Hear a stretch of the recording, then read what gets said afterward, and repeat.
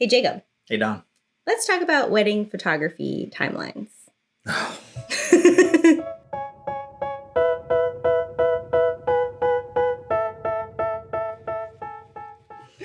No, I love timelines. Okay, so let's say you get a call from a couple. Mm-hmm. They're interested in talking with you about booking for photography for their wedding day. How do you go about deciding how long they need photography? And then we'll talk about what's going to happen when. Usually there's just a few questions that I need personally right off the bat. The biggest one is, what time is the ceremony? Mm-hmm.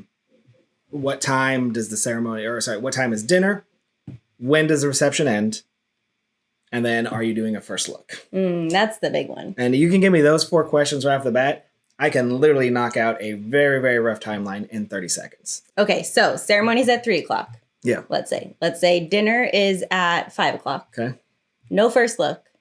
And party goes until 8:30.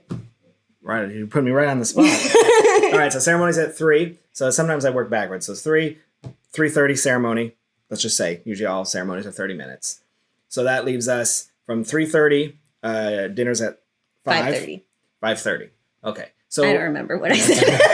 So let's say realistically, but from 3 to 3:30 ceremony. So then I would say 3:30 to 5 would be, and I'm like I said, this is rough, would be picture time. Mm-hmm. Family portraits, because we're not doing a first look. So family portraits, newlywed portraits. Mm-hmm. That gives you that 5 o'clock to 5:30 buffer to, you could still go over a little bit. But in reality, though, you need to get her bustled. You need to get them ready for their lineups. They may do their first dance, too, because if dinner's at 5:30, that means they may be doing their first dance right away. And again, this is all fluid. This can all change, but just roughly that's what I'm going to. And then obviously from 5:30 to, what have we said, 8:30, that's, party time. Dancing party time. So right off the bat, if you want to stay till the end, 3 to 8:30, you've already given us 5.5 hours. Mm-hmm. You're not doing a first look. So at 2:30, we need to have that buffer before the ceremony as well. That's huge to get her lined up, to get them lined up.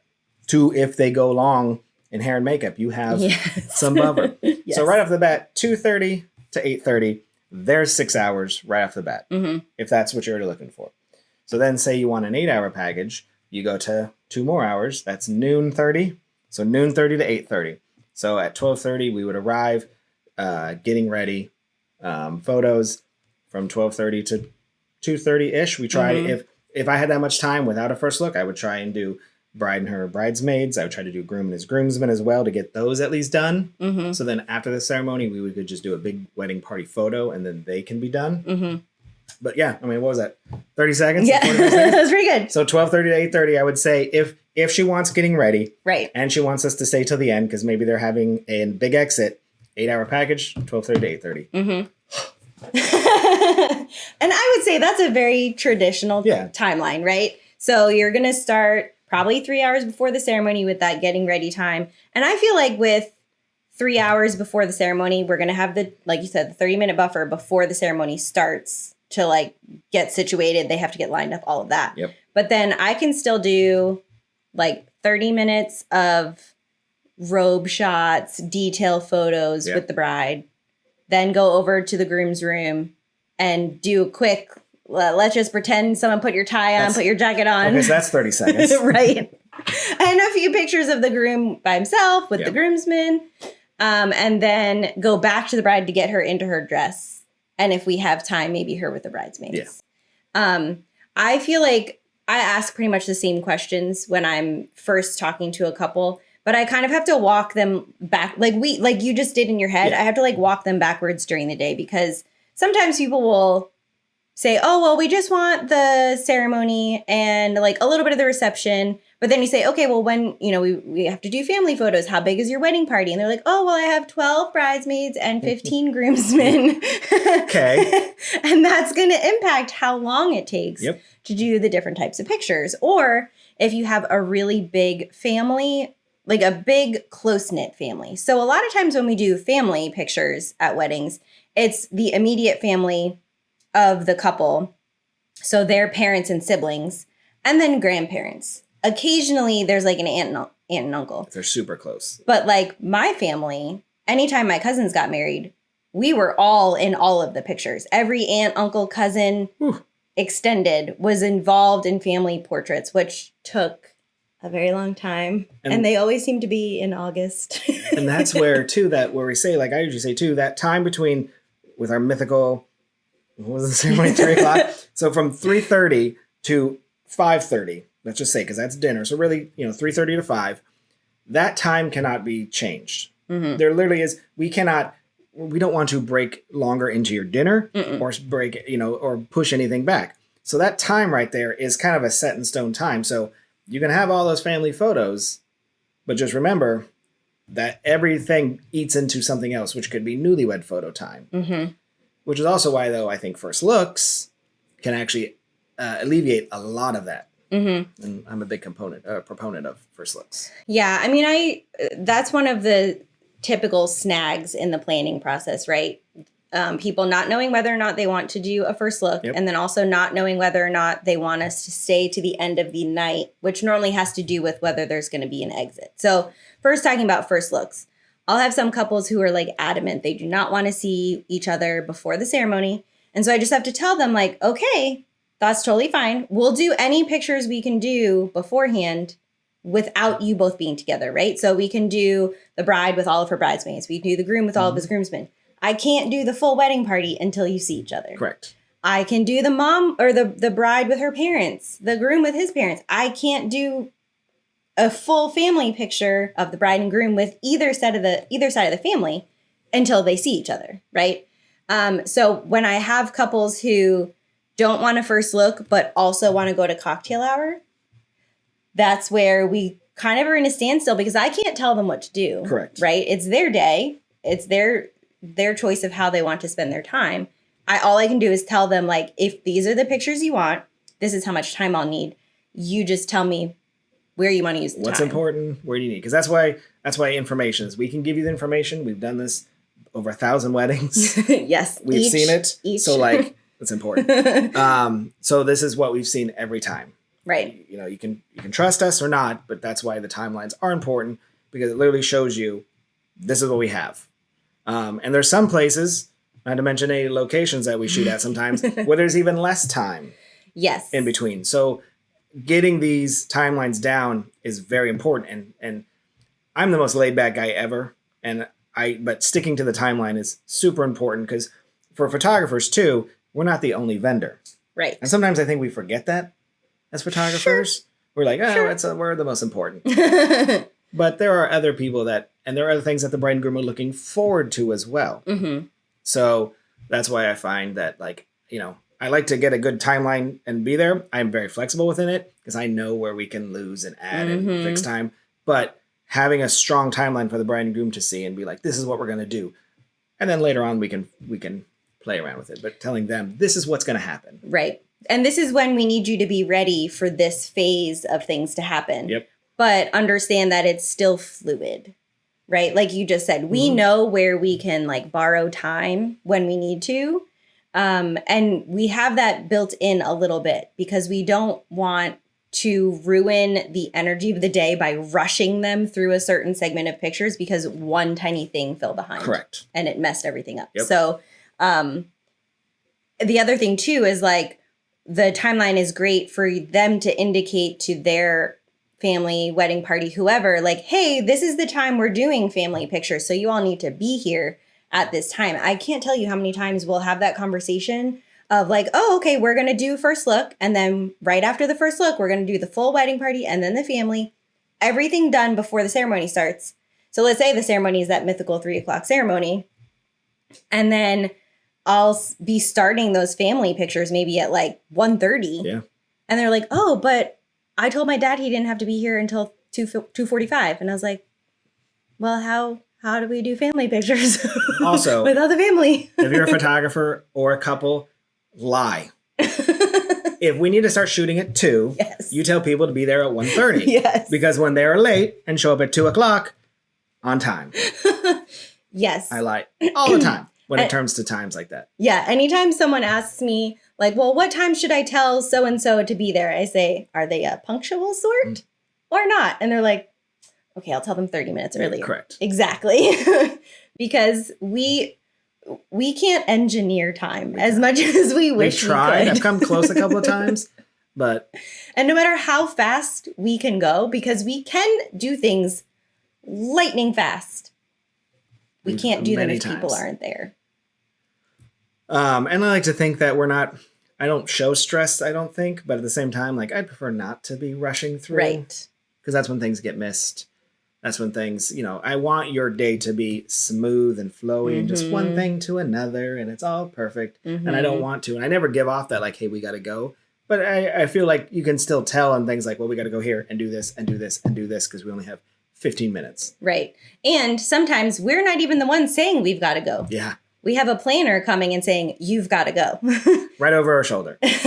Or just announcing it to the couple. Or hovering over us while we're doing newlywed photos, like making everyone uncomfortable. You have 4 minutes. Okay. Yeah. The other kind of big sticking point I find with wedding day timelines is exits. Yeah. Right? So whether it's sparklers or bubbles or LED glow wands or whatever that send off is going to be at the end of the night, that normally ends up being a question of, well, do you want us to stay for that exit or not? What's your preference? So here's the problem I have with, I like the exits, especially for photo. It's a good way to end it.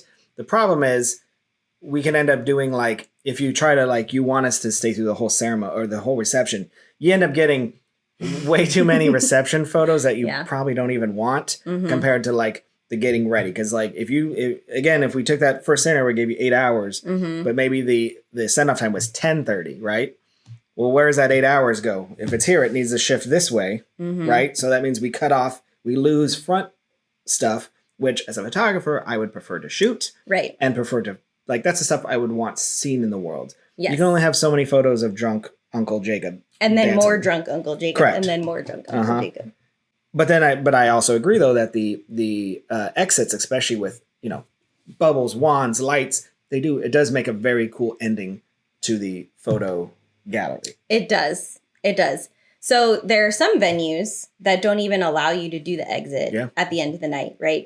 You do an exit right after the ceremony, which honestly, I kind of love. I'm not going to lie.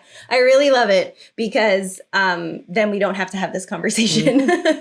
But sometimes people will start the discussion of doing a mock exit. Yes. So here's what I always say about doing a mock exit. You have to know your crowd. Yep. So if you have like this massive party family and like dozens of friends who are just going to want to keep drinking, keep dancing, whatever, sure. Talk to your DJ. Talk to your planner. Let's see if we can do your exit an hour early. But I never, ever, ever want photography to be the reason that the rest of your party falls apart. Correct. The instant you drag everyone outside to do that exit photo, everything stops, energy drops down, and then you run the risk of people being like, oh, wow, it's already 10?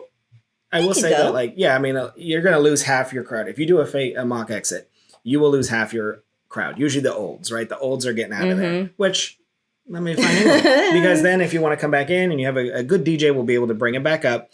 And then maybe it's just the bridesmaids, the young kids, all the people that like would party that late anyway.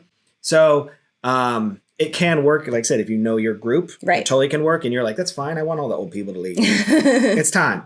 But just be aware that if you're not though, like, we've seen some mock exits come back and there's 10 people left in the room. Like everybody pieced out. Yes. Another thing though, sometimes I'll suggest, especially if there's a large wedding party or family group, I will tell them to only invite, not make an announcement. Let the DJ keep the party going and only bring out like wedding party and close family to do the exit photo. That way those people are not leaving. They're pretty much not allowed to leave early. Legally, they have to stay. Yeah, they signed a contract. I also feel too that if we do a staged exit and then we are leaving, I sometimes feel too, and I tell bride groups too, is like, then you can kind of be free to actually party as much as you want to without the prying eyes of photography and video that will be there forever. So you can be as sloppy and sweaty and as you want to be. And some people, that's great because like, yeah, you know what? Once we leave, then the real crazy party can happen. We don't want that photographed. Mm-hmm. And we're totally okay with that. Trust me.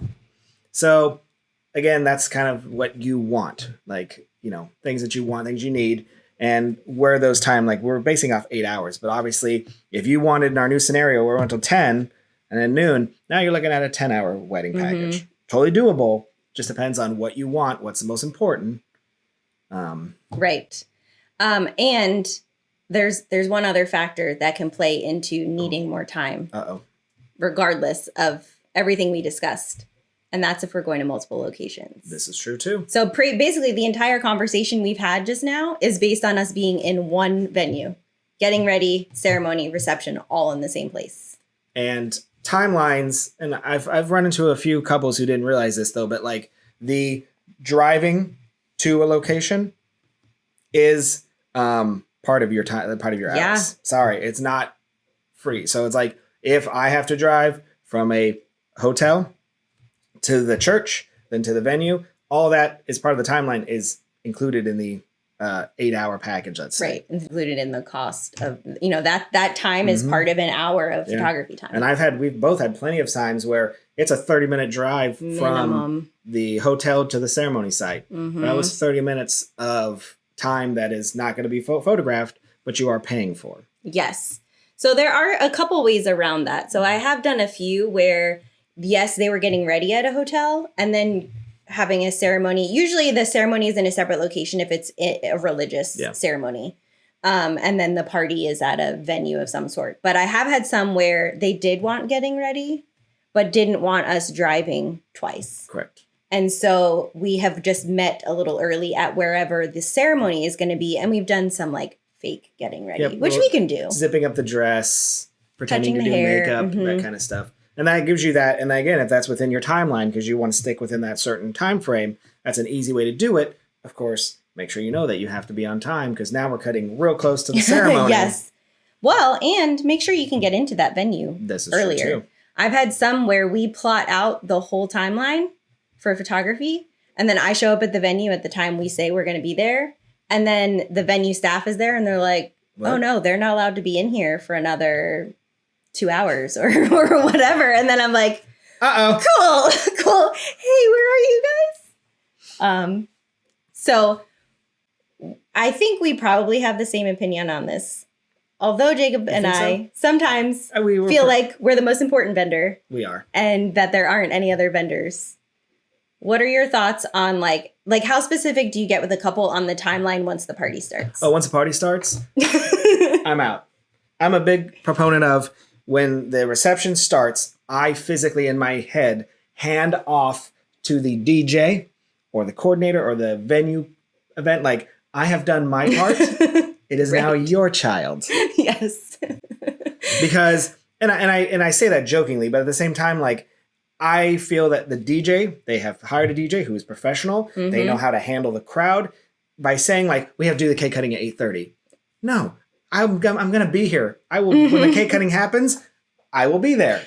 Right. When the first dance with dad happens, I will be there. Right. We're in the room 100% of the reception, except for whatever dining break we have. And even then, we're still like... Yeah. Well, there have been times... Are they clapping? Oh, God. There have been times where a rogue DJ has just passed off a microphone to someone while I'm in the middle of eating dinner, even though I told them I was leaving to eat dinner. And I can tell it's the best man talking on the microphone. And I literally have like sprinted across the venue. And you know, my classic Jacob thing is, not to go off a tangent, is I start hitting the flash button. So I'm firing even if I'm not in the room. So people are like, oh, yeah, he's just around. He's got it. He's got it. And then I just kind of sneak in there and, he's been here the whole time. I definitely, on one of my weddings, had to ask the DJ for the microphone again and get the maid of honor to hold the microphone in the spot where she was before so I could get a picture of it because, no one, they and just what do? Did it you say, us. You held the microphone kind of high, so I want to get one shot that it's like low so it's not in your face and go, oh, okay. Oh, my classic line is always, can I get a close-up of you at the microphone? I didn't get a chance to before you were done. I didn't want to come walk in there. So, again, but... Yeah, so I already forgot what we're saying. Now I was the timeline of the party during the party. Timeline. Yeah, I know a lot of people will be like, okay, the photographers be like, we're going to do cake cutting at this time. We're going to do first dance at this time. Mm-hmm. don't care in the nicest way possible. Mm-hmm. The DJ, that is his expertise. Let him take over that. Yes. I am at that point. I am there to document. Right. I have, and actually, I found a lot of DJs who have loved that statement because they're like, man, some photographers still try and run the show, and I go, nope. Honestly, when I walk into a wedding, I never need to know. I don't even actually feel like I need to know what is going to happen at the wedding. Like, I walk in right before intros, say hi to the DJ. Mhm. Hey, what's happening before the meal? Yeah. Oh, okay, we're doing first dance, parent dances, and 3 toasts. Cool. I do all of that. Then I see the bride and groom are going to go eat. And then I go to the DJ and say, hey, I'm going to take my 30-minute break. I'll be right back. This is where I'm sitting. If anything crazy is going to happen, come get me. And then they're like, okay, cool. And then I eat. And then I come back and I'm like, yeah, but whatever. if you went up, if you never talked to the DJ, would you be able to handle all of it? Even if you didn't say that, of course. Because I'm just standing there waiting Yeah. to see what's happening. The only nice thing is, like, I do like to make sure the lighting looks really good for the first dance. Sure. And so that's why I just want to know, like, is that happening now? Because I'm going to set my lights a certain way. And, okay, side quest. Do you like photographing the first dance with the head table in the background or with the guests in the background? I'm 50-50. I want both. Depending on, I mean, you know, we've had some pretty amazing head tables, which looks great because then you get that photo of no one behind them. Yeah, that's true. With, especially when they have these elaborate chairs and decorations. But then I also like a nice wide shot of the couple with everyone watching them. So you'll find me. I usually do a full 360. But if you had to hold my head to the, I would be towards the non-people. I'm a more like, because there's always gonna be some dum dum in the background doing like picking their nose or something. Or you're just getting the crowd with cell phones Yeah. up taking video. So, but I'll still do. Usually, I'll do both. Yeah, I feel like I switch back and forth depending on what things look like and like how Oh, sorry. how people. I don't know. I like when I don't have anything behind the couple. We've also had some amazing rooms where, like, you know, and sometimes if the couple's up on a stage and you can go up on the stage where the table is and then shoot the room with them in it. It's a very cool shot. I know, and if there's like pretty twinkle lights in the background, I know it's tough. But then sometimes the head table is like on its own on a giant white wall with nothing else, and then you're like, too. I like to this focus. isn't interesting. I like to be tight with the DJ in the background. Like a nice, they're so cute nose to nose, and then DJ just out there still spinning beats, even though he's not. He just push play. So my favorite is when I am doing that kind of like rotation, making my way around the dance floor, trying to get different angles, and then like venue staff or like caterers are just like peeking, looking, and I'm like, can you please get? Or slinging butter still, like they're just like, okay, great. Yeah.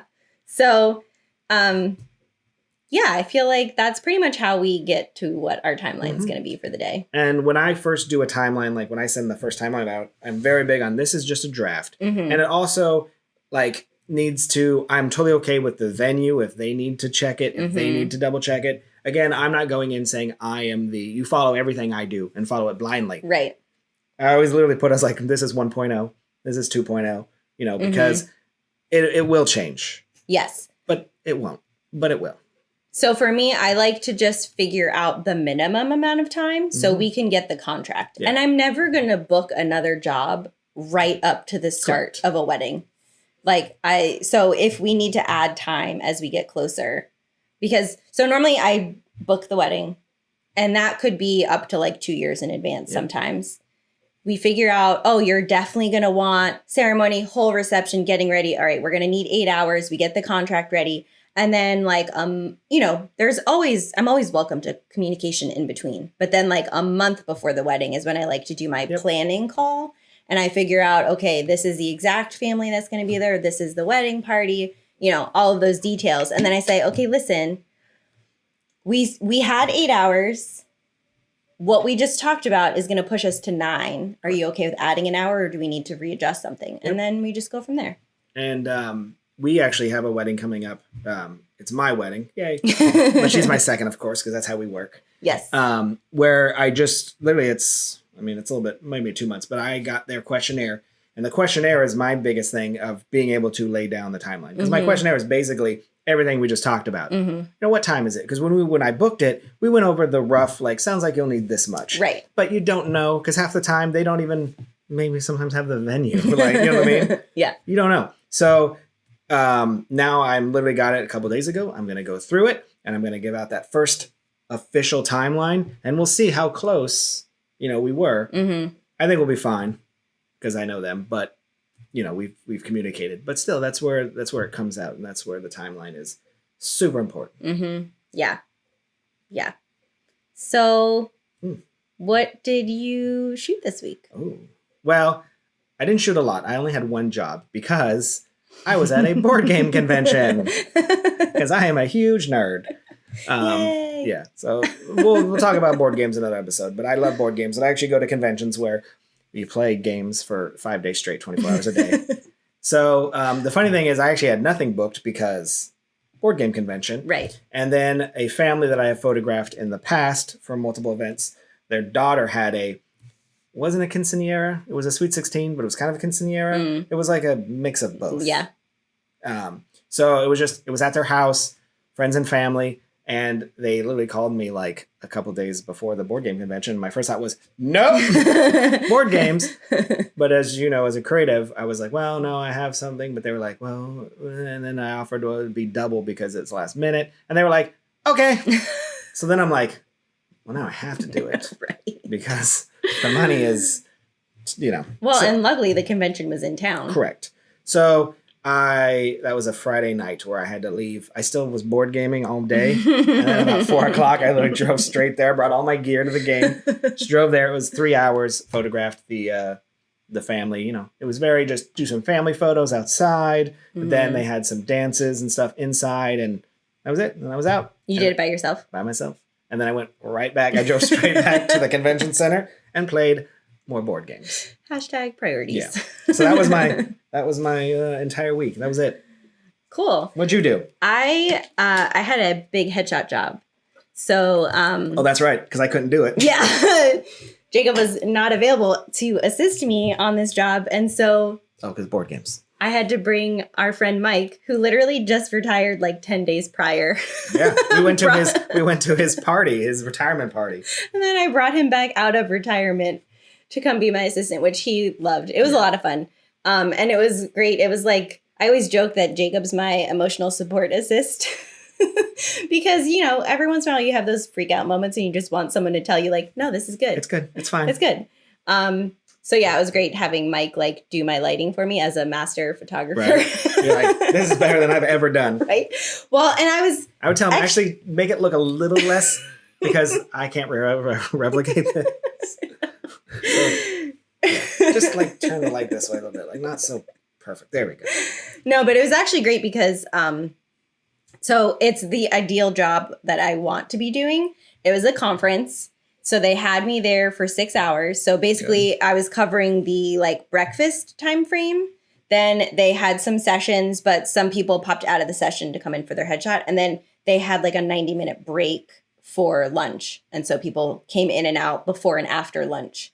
And so the way we set it up, I would take photos of everybody. There were 100 people at the conference, and it was just an optional, like, here's a extra benefit. One of the companies sponsoring the conference sponsored the headshot section. And so basically everyone got to come in, do their headshot session, and then they immediately got all of the images. Nice. You know, literally as they were walking away, they were opening their gallery and they could download them for free, like complimentary from the conference. And then if they wanted retouching, so you weren't doing like they could order retouching. You weren't doing like you get to pick 3 and I'll Nope. retouch them. It was just everything's there. They got to keep everything as is. So there was no editing. Yeah. But I mean, yeah, it looked pretty good. It looked pretty good. Which thanks, Mike. Which might have hit me in the butt because then only like 3 people wanted to retouch anything because they're like, wow, this is the best picture I've ever had taken. And I was like, oh, darn. You really should have done some like real harsh uplighting. Right? No, but it was good. I did have a few people come back and order retouching, but it was pretty amazing leaving the job and knowing that like the job's done. Everyone had their photos already. I think, so I had 53 people take pictures. And by the time we left, 47 of them had already opened their galleries. That's cool. Yeah, it was pretty awesome. So, and then I also had a B'nai Mitzvah. So it was a brother and sister. There's another one I couldn't do. Yeah, another one. Jacob just happens to be I said no a lot. That week. unavailable just so he could play board games. Yeah, but no, but it was fine. This was just photos in the temple. They decided not to have me at the party because they were just doing a pool party, and they're like, we don't really need professional pictures of kids playing in the pool. So I'd be like, thank you for not making me do that. So I just met them at the temple, and we did photos like with the rabbi and holding the Torah and reading the Torah and family pictures. So yeah. I mean, it is August, kind of a boring week or boring month. It's a slow time for at least Central Florida photographers. Yes. It's hot. It's just nobody wants to do We're in between like seasons of things. Like wedding season hasn't restarted really yet. It's not convention season. It's also hard because wedding season also does go year round here. It does. We're not used to like people are like, well, I stop and I start May through September, then I'm done. We shoot all the time. Yeah, we do shoot all the time. It's not like up in the Northeast where they have like nothing happens in the other months. We do go all the time, but October is significantly more busy than the summer months. So, and that's when our season is. All right, should we move on? Yeah. To the non-photography stuff? Yeah. Well, Halloween, we are in spooky season. We've talked about this before. So, I thought, because I have one, but Halloween costumes. Mm-hmm. You pro Halloween costumes as an adult? I'm pro costumes, but a lot of times I don't have a time, like I don't have a chance to get in costume because I'm working. I know. I photograph Halloween weddings. Yeah, I always have Halloween weddings. And then, like one of our friends is doing a Halloween party on a different Saturday in October, but like I'm booked every weekend, both Friday, Saturday, Sunday for like the whole month of October. If you're gonna do a photographer party, it has to be on a Tuesday. It does. Tuesday, like 10:30 a.m. Yes. That's when I'm free in October. Yeah. So I'm pro it, and I'm excited to help my friends with their costumes and my nephew with his costume, whatever. But like, I haven't dressed up as an adult since I started my photography business. So it's probably been like 10 or 12 years. What was your favorite costume then? Okay. So, Ryan, my partner, he is basically Sheldon from The Big Bang Theory. Oh, yeah, I'll allow that. Like, pretty much. So one year we dressed up as Amy and Sheldon, and it was the greatest costume ever. Like everyone who knew what we were doing, they were like, "Oh my gosh!" Like he was in a red Flash t-shirt with white long sleeve shirt and his khaki pants and Converse. He literally went out of his closet to pick out. Well, I did make the Flash shirt, but like otherwise, he owned everything. All right. And then I went to like Goodwill and I got this hideous cardigan that I put over a more hideous button-down shirt, and then like a knee-length skirt, stockings, and like I don't remember what I did for shoes, some sort of loafers or something. You do have a big Blossom vibe. I Just do. saying. And I straightened my hair like stick straight, and we looked exactly like them. It was fantastic, except we went to his like office Halloween party. It was like a bowling party, and everyone was supposed to come in costumes. And they didn't realize we were in costume. No, everyone was dressed up, but they didn't realize we were in costume. Because it does look like your normal selves. How have I not seen this photo? Where is this photo? I'll show it to you. It's great. So I can picture it in my head. Like I don't need to actually see the photo. It's exactly what you picture it to be. Okay. I promise. Well, as a kid. As a kid, my favorite was, it's more for a sentimental reason. My grandmother used to be a seamstress. And so I was in elementary school. We had just moved to Florida and she still lived in New Jersey, but she used to make all of our costumes. And so she still made my costume, even though she had to ship it to us. And I was in a big Little Mermaid phase. So she made me an Ariel costume. But I remember like all of the flesh part, like where you would just see flesh on Ariel. It was this like thick, pasty rubber material.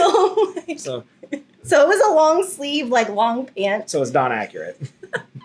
Yeah, but it was just, I mean, it was special because she made it for me. And it looked great for little 7 or 8 year old me. Did you have the full fin?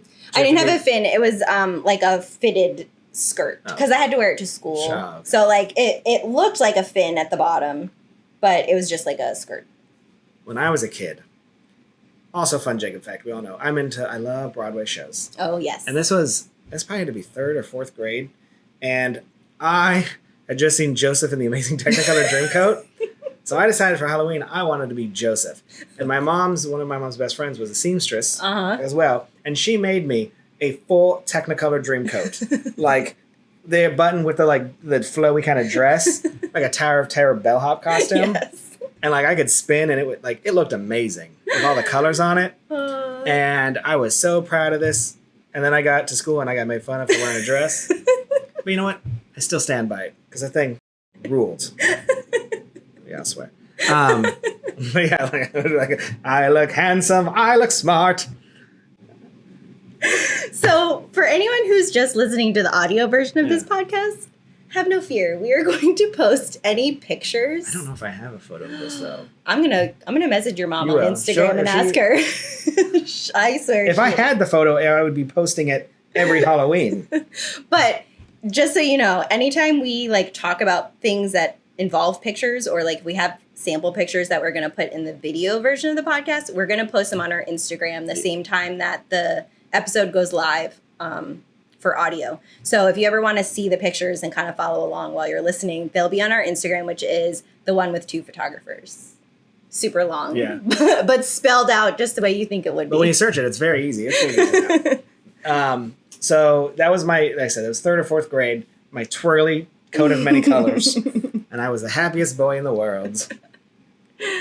Oh, man. And then I remember specifically, I haven't dressed up in, again, 20, 30 years. But in college, my freshman year, I was really into Kevin Smith movies. I still am. Like, who doesn't love a good Silent Bob and Jay, right? Yep. So we had just happened to go to Goodwill because we were looking for other costume ideas, and they had a big overcoat like Silent Bob wears. And I was like, I could pull this off. Grow a beard, get a backwards ball cap, right? So that's why I went as Silent Bob, and I got a backwards baseball cap and the giant overcoat, shorts, grew a beard, and then I didn't talk the entire night, even though I've been, drinking. And so I had to put like a little, hello, my name is Bob on there. And then to really bring the costume, this is a mistake, kids, I decided, because he smokes a lot, I was going to smoke. So I bought a pack of cigarettes. Oh, Jacob. And I smoked because every time he saw me, I'd just be like, have one out. Oh, Jacob. And I smoked the entire pack that night. Oh, gross. And I had never smoked a cigarette in my life. Oh, no. I was very sick. I was very sick that night. Did you ever smoke again? No. So, but man, I really like that costume. And I know I don't have any photos of that. Because that was that, early 2000s where you didn't really you had a camera, but you didn't have a camera phone. So no one's really like taking photos that much. Like who's bringing their digital camera out to Halloween parties? Even their Kodak, instant. But so I love that. That costume was so good. I looked just like him. And I didn't speak the entire night. I was so proud of myself. I have a hard time believing that. I was in character. Until I threw up a lot. Then I started talking. Because that was a lot of cigarettes. That just ended your character. Then I was like, I'm going home. We're done. Awesome. Yeah. All right. That's it? I think that's it. All right, we end these weird. Bye. Bye.